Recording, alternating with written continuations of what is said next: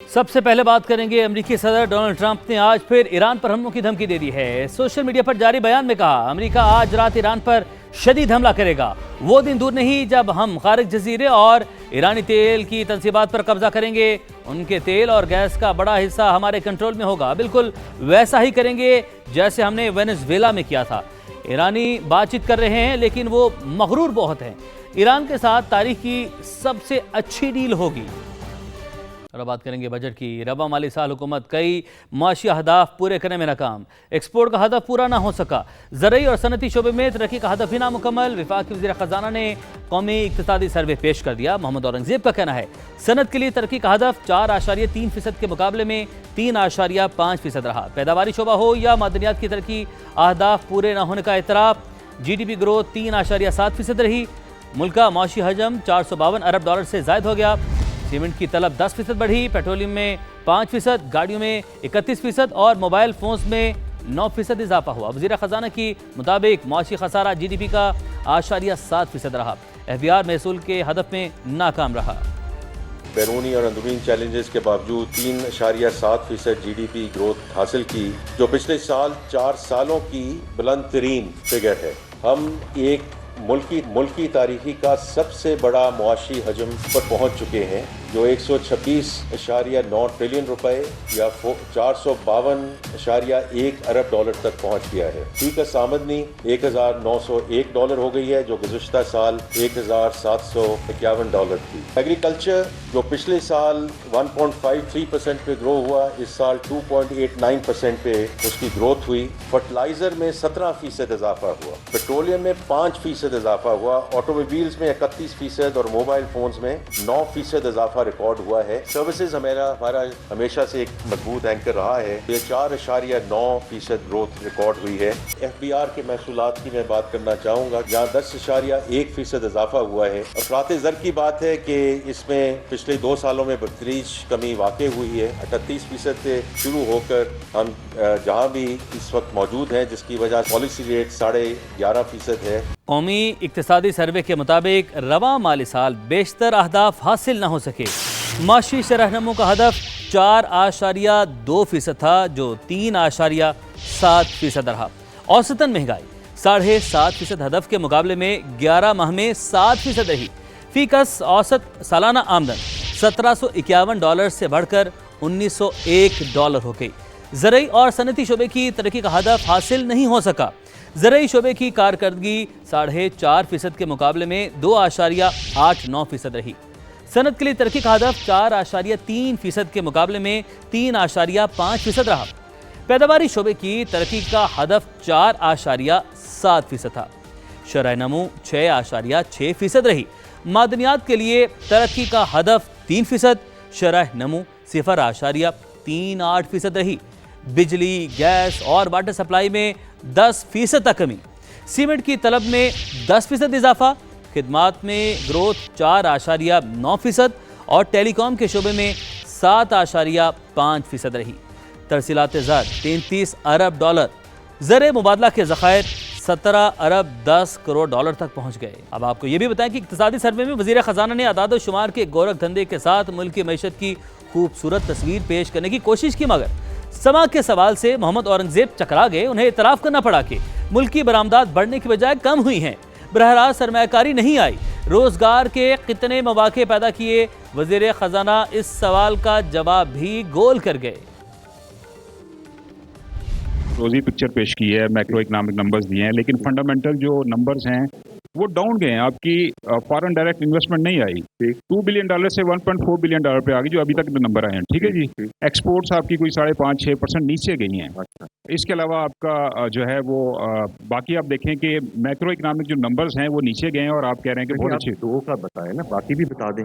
باقی بھی بتا دیتے ہیں۔ دوسرا یہ بتائیے گا کہ پرائم منسٹر کا یہ کہنا کہ آپ میکرو اکنامک نمبرز پہ فوکس ضرور کریں، لیکن اگر گراؤنڈ ریالٹی ڈیفرنٹ ہے، عوام کو فائدہ نہیں پہنچ رہا، ان کو ریلیف نہیں مل رہا، روزگار نہیں مل رہا، جاب نہیں مل رہی، مہنگائی بڑھ رہی ہے، ان امپلائمنٹ بڑھ رہی ہے، تو آپ کے اوپر یہ عدم اعتماد نہیں آپ کی پالیسیز کے اوپر، پرائم منسٹر کا یہ کہنا۔ اور دوسرا یہ بتائیے کہ آپ کے سامنے اکنامک سروے ہے، آپ نے پچھلے 2-3 سال میں کتنا امپلائمنٹ جنریٹ کیا ہے، کتنے لوگوں کو روزگار دلائی ہے، بتا دیجیے۔ ایکسپورٹس کا تو میں نے خود ذکر کر دیا اور آپ کو بتا دیا کہ وہاں کہاں کہاں اور کس وجہ سے وہ ریڈکشن ہوئی ہے which is essentially the food sector. اس سال کا جو کرنٹ اکاؤنٹ ہے ہم تقریباً کہاں اس کو کمپلیٹ کریں گے.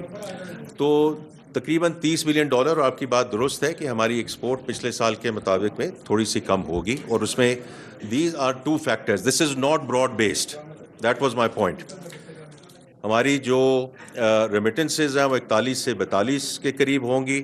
ہماری جو امپورٹ ہے ہمارا خیال تھا کہ وہ بل نیچے ہوگا، لیکن because of the petroleum price increases ہو سکتا ہے یہ 70 کے قریب ٹچ کر جائے. پاکستان کے ترقی نہ کرنے کی وجہ پالیسیوں میں تسلسل نہ ہونا ہے. ترقی T20 نہیں ٹیسٹ میچ کا نام ہے. اس میں ٹیسٹ میچ جیسا صبر چاہیے، جبکہ ہم T10 کھیلنے کے عادی ہیں. منصوبہ بندی کے وزیر احسن اقبال کی گفتگو. کہا اگر کوئی حکومت اچھا کر رہی ہے تو اس پر 2018 کی طرح اسکڈ میزائل نہیں گرانا چاہیے.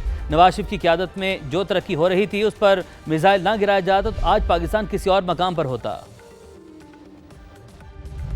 مار کھانے کے بعد تاریخ سے سبق سیکھ لینے چاہیے. پاکستان میں صرف ہمیں مار پڑی ہے لیک آف سٹیبلٹی اور lack of continuity of policies. Development T20 کا میچ نہیں ہے، ہم تو بلکہ T10 کا میچ کھیلنے کے عادی ہو گئے ہیں. ڈیولپمنٹ ایک ٹیسٹ میچ ہے، اس میں ٹیسٹ میچ کا ٹیمپرمنٹ چاہیے کہ آپ کو سٹیبلٹی کے ساتھ پالیسیز کو موقع دینا ہے کہ وہ کامیاب ہو جائے. اگر کوئی حکومت اچھا کر رہی ہے تو اس کو ٹرم ملنی چاہیے. اس کے اوپر 2018 کی طرح اسکاڈ میزائل نہیں گرانا چاہیے. اگر 2018 میں اسکاڈ میزائل اس ترقی کے اوپر نہ گرایا جاتا جو نواز شریف کی کیا ملک میں ہو رہا تھا تو آج ہم کسی اور لیگ میں ہوتے. 8,483 روپے ماہانہ سے زائد کمانے والا غریب نہیں. حکومت کا غربت کے تعین کا انوکھا فارمولہ. اکنامک سروے کے مطابق ملک کا ہر چوتھا شخص خط غربت سے نیچے ہے. 28.9% آبادی کا ماہانہ آمدن 8,483 روپے سے کم ہے. پنجاب کی 1/4 آبادی یعنی 23.3% آبادی معاشی بدحالی کا شکار ہے. بلوچستان میں 47%، خیبر پختونخوا 35% اور سندھ میں غربت کی شرح 32.6% ہے. حکومت کے مطابق غربت جانچنے کا معیار کم از کم ضروری اخراجات پوری کرنے کی صلاحیت ہے. ورلڈ بینک فارمولے کے مطابق 35,000 ماہانہ سے کم آمدن والا غریب ہے. ماہرین کے مطابق اگر حکومت ورلڈ بینک فارمولہ اپناتی ہے تو اس سے غربت کی شرح 50% سے زائد ہو جائے گی. غربت کے تعین کے فارمولے میں ماہانہ رقم کو تبدیل کرنے کی ضرورت ہے. وفاقی کابینہ کے کل ہونے والے اجلاس کا وقت تبدیل. وفاقی کابینہ کا اجلاس کل 4 بجے کی بجائے اب دوپہر 2:30 بجے ہوگا. وفاقی کابینہ وفاقی بجٹ کی حتمی منظوری دے گی. وزیراعظم کی زیر صدارت وفاقی کابینہ کا اجلاس پارلیمنٹ ہاؤس میں ہوگا. قومی اسمبلی کا اجلاس جمعے کی سحپہر 3 بجے تک ملتوی کر دیا گیا. وزیر خزانہ قومی اسمبلی میں بجٹ پیش کریں گے. نئے مالی سال کے بجٹ کا حجم 17,500 ارب روپے سے زائد ہوگا. ٹیکس ریونیو کا ہدف 15,267 ارب رکھنے کا تخمینہ ہے.